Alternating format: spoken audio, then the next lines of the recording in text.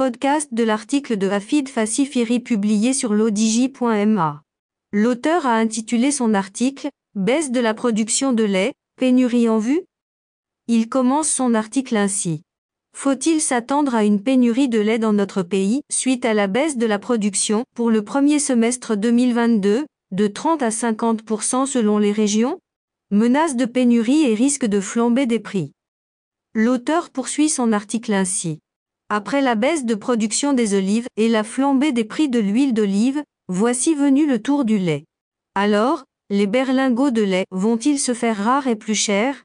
Il est fort à craindre qu'on en arrive là car la collecte de lait auprès des éleveurs pour les unités de production s'est repliée de 30% au premier semestre de 2022 par rapport à 2021, selon les professionnels.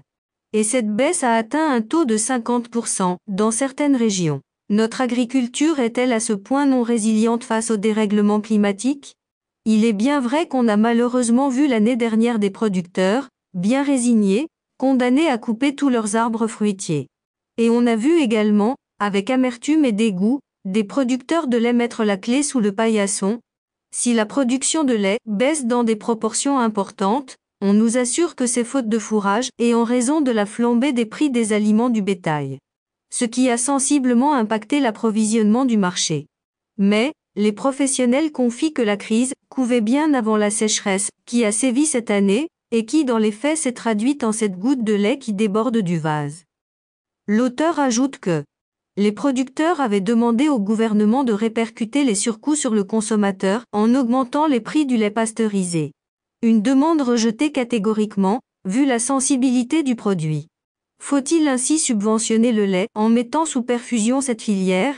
Une filière qui est une activité économique à part entière, qui devrait être rentable, car les producteurs ne sont pas obligés de faire du social, à leurs frais et à leurs dépens, pour que le prix soit abordable pour le commun des consommateurs. Pour parler vrai, le facteur conjoncturel qu'est la sécheresse ne peut à lui seul expliquer la baisse de production que connaît le marché actuellement. Des éleveurs à genoux. Il est alarmant et triste qu'un certain nombre de fermes aient cessé leurs activités car une vache laitière coûte cher en entretien et en alimentation. Et avec la sécheresse, une importante pénurie de ressources fourragères, matières vertes et sèches confondues, a sérieusement et durablement handicapé des éleveurs pris au dépourvu. Par ailleurs, les prix des matières premières, qui entrent dans les aliments, composés du bétail, ont connu une hausse sans précédent. L'alimentation des vaches représentant les 2/3 du coût de production du lait, beaucoup d'éleveurs ont été contraints de conduire leurs vaches à l'abattoir ou carrément les vendre. Très cher sur le marché international, le lait en poudre ne pourra en cas constituer de solution en cas de pénurie sur les étalages.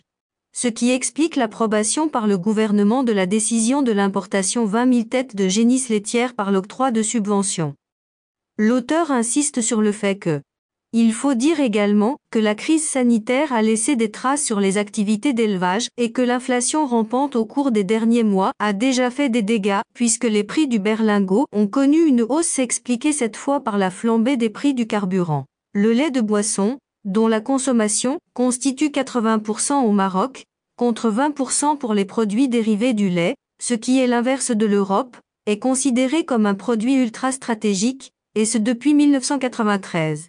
De ce fait, pour toute augmentation des prix, l'autorisation d'une commission interministérielle est requise.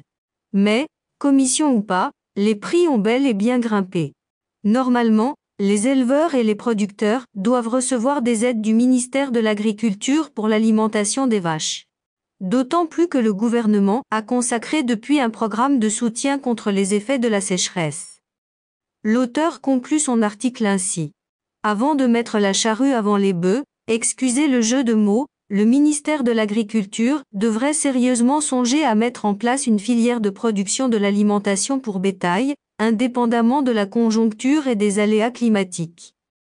Rédigé par Hafid Fassifiri et lu par l'intelligence artificielle de l'Odigi Media.